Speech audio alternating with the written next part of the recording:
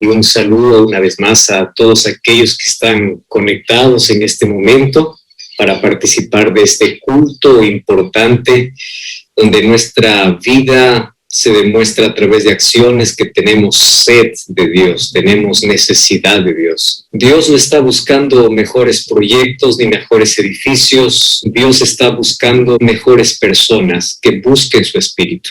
Hay muchas personas que durante esta pandemia reafirmaron su decisión de seguir a Jesús, mientras otros, esta es la excusa perfecta como para abandonar a Jesús. Una de las cosas tristes que vamos a ver cuando todo se normalice es que muchos no volverán más a las iglesias. En cambio, habrán otros que vendrán. Y la vida cristiana es una vida de lucha constante. Y es una vida de búsqueda constante a Dios, una vida de dependencia de Dios. Recuerdo de una historia interesante que un hombre, antes de poder morir, llamó a sus 2 hijos que tenía y les dice: yo les voy a dejar un tesoro de herencia. Solo que para poder encontrar ese tesoro, ustedes tienen que cavar la tierra. Y más o menos les dejaba unas 10 hectáreas de terreno, ¿no? Y yo no les voy a decir en qué lugar está el tesoro, así que ustedes tienen que cavar todas las 10 hectáreas de terreno. Si ustedes cavan y cavan y cavan, van a encontrar el tesoro. Así que el que encuentre el tesoro, pues se lo lleva, ¿no? Es de él. Así que mi herencia para ustedes, no solamente la tierra, sino un tesoro que está allí en la tierra. Y allí los 2 jóvenes todavía, después que ya enterraron al padre, se miraron el uno al otro y dijeron: vamos a hacer un trato, pues.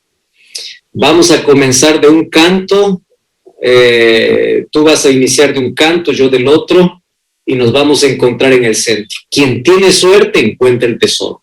Así que cada uno va a cavar 5 hectáreas de terreno. Y allí empezaron con fuerza, con ganas, con maquinaria, con gente, con todo. Ahora, no querían ponerle máquina, obviamente, porque iba a dañar el tesoro, ¿no? Así que comenzaron a contratar gente y todos empezaron a cavar, a hacer hueco. Y empezaron 1, 2, 3, 4 hectáreas y nada, no había tesoro por ningún lado, ¿no?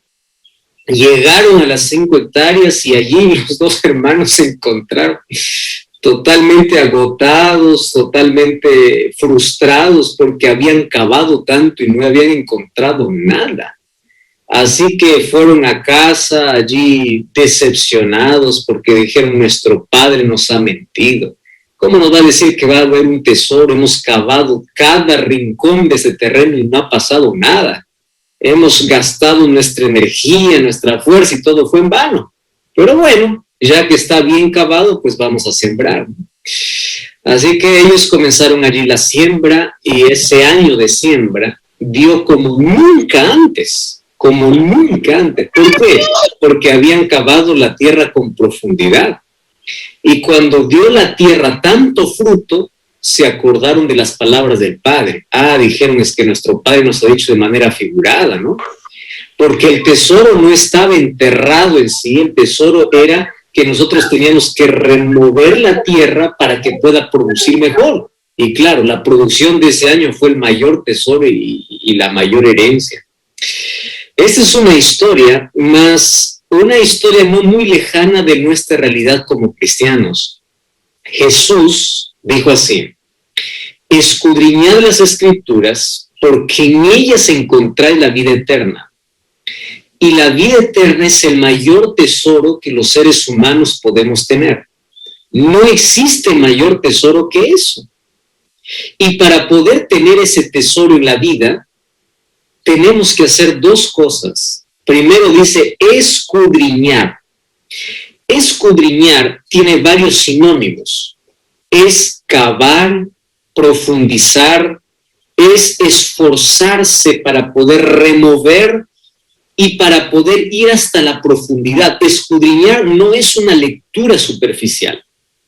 Escudriñar es sumergirse en la profundidad, es cavar la tierra, es gastar energía, es colocar nuestro esfuerzo, es como lo hizo Guillermo Miller en su momento, no voy a pasar hasta el próximo versículo a menos que no entienda este. Y para ello hay recursos, hay que subrayar, hay que leer, hay que cuestionar, hay que preguntar, hay que investigar, hay que buscar respuestas. Y ahí yo coloco una cuestión interesante. Si tú para ser profesional, o sea, para ser un arquitecto, para ser un ingeniero, para ser un psicólogo, para ser un médico, tienes que esforzarte, tienes que estudiar, tienes que investigar, tienes que hacer todo eso, si para eso necesitas años de estudio, de desvelo, de esfuerzo, la pregunta es, ¿cuánto más para nuestra salvación? ¿Ustedes se dan cuenta a veces del descuido que tenemos? Para nuestra salvación dedicamos el tiempo mínimo y para las cosas, otras cosas personales, el tiempo máximo. Hay materias que a ti nunca te gustaron, pero tuviste que estudiarlo y tuviste que entenderlo. Hay cosas en la vida que tú tienes que hacerlo porque sabes que finalmente vale la pena. Y en la salvación Jesús fue muy claro cuál debe ser nuestra actitud para encontrar el mayor tesoro. ¿Ustedes saben cuándo vamos a amar de todo corazón a Cristo? Cuando lo conozcamos de verdad. Aquel que no lo conoce de verdad, en su esplendor, en su carácter, todavía no encontró el tesoro. Yo ya hice otro mensaje para ustedes, que aquel que encuentre el verdadero tesoro es capaz de poder renunciar a todo, vender a todo, porque sabe que es lo mejor que encontró. Pero si tú no estás dispuesto a renunciar a todo, es porque todavía no has encontrado el tesoro. Solo que hoy yo quiero reflexionar con ustedes en dos textos que a mí me llaman la atención de manera extraordinaria y que tiene que ver con nuestra vida personal. Mateo capítulo 7, versículo 24 al versículo 27. Ustedes saben que Mateo lo escribe un discípulo de Jesús. Entonces, Mateo caminó con Jesús. Mateo conoce de cerca el ministerio de Jesús y hay historias que lo narran desde su punto de vista de manera extraordinaria. Marcos no fue discípulo de Jesús, sino que Marcos escribió su libro basado en la experiencia de Pedro. Fue Pedro quien habla a Marcos, el ministerio de Cristo, y Marcos es escrito desde la perspectiva de Pedro. Lucas no fue un discípulo de Jesús, Lucas fue un médico, fue el compañero de Pablo, pero él fue un doctor, él fue un hombre educado. ¿Y qué cosa hace Lucas? Lucas comienza a narrar el ministerio de Cristo desde otra perspectiva. Juan, discípulo de Jesús también, él comienza a narrar a Jesús desde la perspectiva de la divinidad de Jesús. Por eso su libro comienza hablando en el principio del verbo, el verbo era Dios, el verbo era con Dios y el verbo era Dios, hablando de la divinidad de Jesús. Pero Mateo habla de Jesús como rey, y en el capítulo 5, cuando habla acerca del sermón de la montaña, que va hasta el capítulo 7, habla acerca del reino de los cielos. Por eso es que todas las parábolas que dice el reino de los cielos es semejante, lo encontramos en Mateo, porque él quiere resaltar a Cristo como rey. Y en el capítulo 7, que es la conclusión del sermón de la montaña, en el versículo 24 hasta el versículo 27 encontramos el llamado de Jesús. O sea, es el cierre del sermón del monte. Y ustedes saben que el llamado siempre es especial. Los llamados siempre apelan al corazón. Los llamados van para que el ser humano pueda tomar una decisión. El llamado no es para manipular, el llamado no es para obligar, el llamado es para persuadir. Es para invitar para que la persona pueda tomar una decisión. Entonces la persona es libre de tomar la decisión, si quiere o si no quiere. Y a mí me encanta porque Mateo 7:24 es el llamado de Jesús después de haber dicho tantas cosas en su sermón. Y vamos a escuchar el llamado de Jesús. Dice el versículo 24. Cualquiera que me oye estas palabras y las hace, le compararé a un hombre prudente que edificó su casa sobre la roca. Descendió lluvia, vinieron ríos, soplaron vientos, golpearon contra aquella casa y no cayó porque estaba fundada sobre la roca.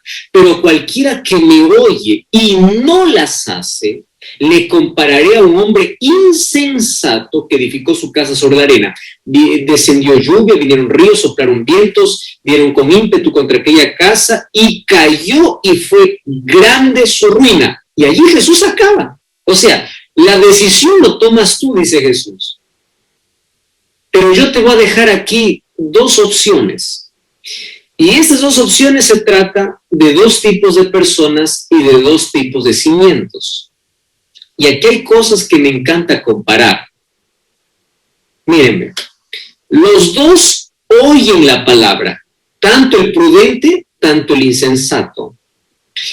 La diferencia entre el prudente y el insensato es que uno hace lo que oye y el otro oye, pero no hace. Qué interesante lo que Jesús está diciendo. Entonces la pregunta es, ¿quién soy? ¿Prudente o insensato? La palabra insensato es traducido también como tonto. Entonces, ¿a quién de los dos yo represento? Porque todos podemos oír la palabra. El asunto es hacer.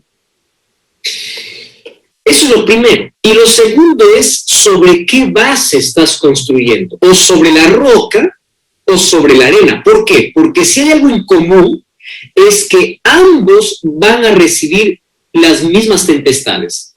No es que aquel que edifica sobre la arena, está tranquilo, todo le va bien. No.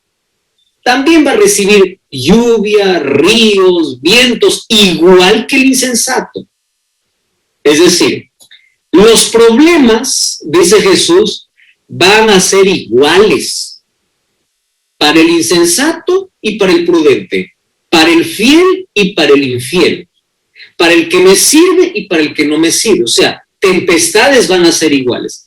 La diferencia es la siguiente: va a caer aquel que no tiene base sólida. Y ustedes saben que el libro de Santiago, capítulo 1, versículo 22, miren cómo lo dice de otra manera aquello que Jesús dice en Mateo capítulo 7, versículo 24.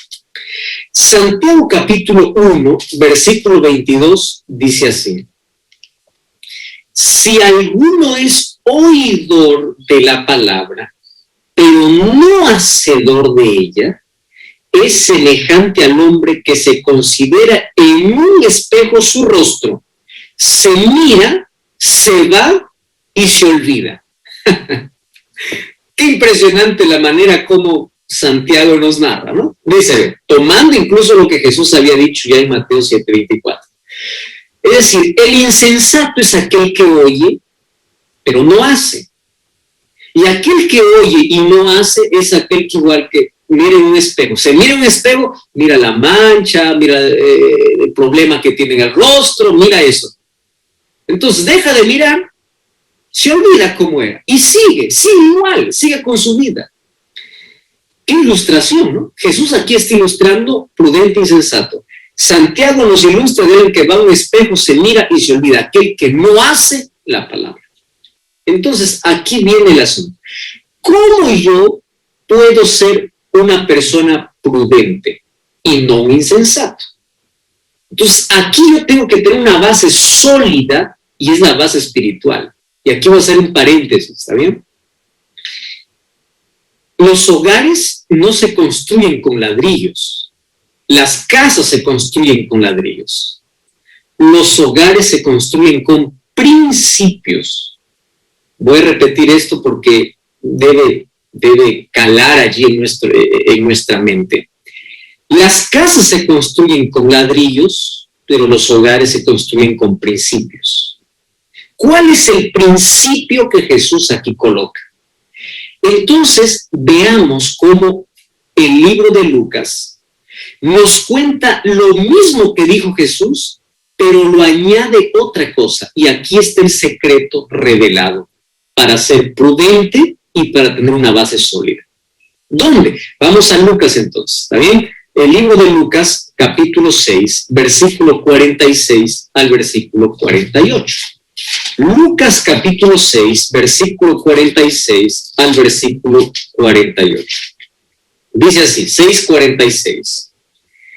¿por qué me llamáis Señor y no hacéis lo que yo digo? Lucas lo que está haciendo es un resumen del Sermón del Monte. Y aquí hace un resumen de la conclusión de Jesús. Dice así el versículo 47. El que viene a mí y oye mis palabras y las hace, os indicaré a quién es semejante. Al hombre que al edificar su casa, lo mismo que dice Mateo capítulo 7, pero aquí añade un asunto más. Miren lo que dice. Cavó y ahondó y puso su fundamento sobre la roca. Miren, acá hay tres cosas. Número 1, cavar. Número 2, ahondar.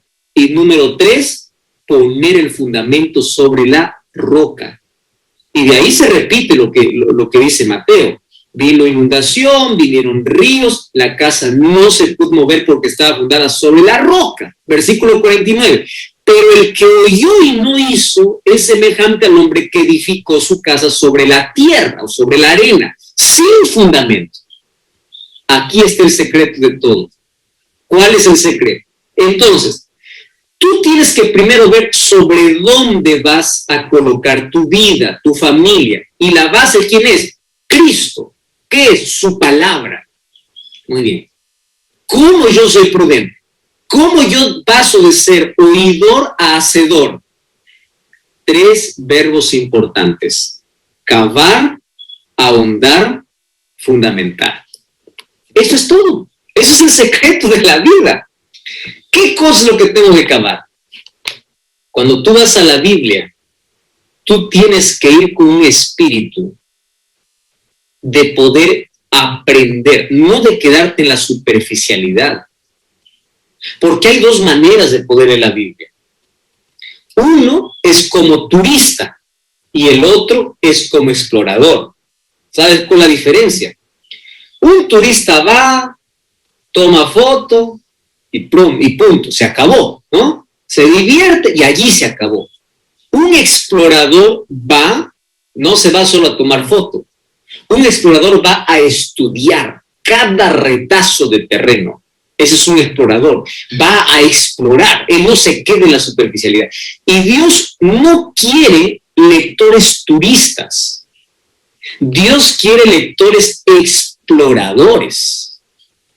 Entonces, para eso, ¿qué cosa tienes que hacer? Tienes que cavar, tienes que ahondar, tienes que profundizar. Cuando haces eso sobre la roca, que es Cristo, entonces vendrán lluvia, vendrán dificultades, vendrá tormenta. Te podrá sacudir, pero nunca te podrá derribar. ¿Correcto? Te podrá sacudir, pero nunca te podrá derribar. Porque tu vida, tu familia, tiene un fundamento sólido. Y ese fundamento, ¿cuál es? La palabra del Señor. Ese fundamento es Cristo, porque mientras más cavas en la Biblia, mientras más profundizas en la Biblia, te encuentras con la roca. Y esta roca es Jesucristo. Mis amigos, este es el secreto de vida. Fuera de esto no existe. Y voy a resaltar aquí un asunto que dije. Las casas se construyen con ladrillos. Los hogares o la vida se construye con principios. Y este es el principio que tú no debes dejar fuera. Haz tu culto diariamente.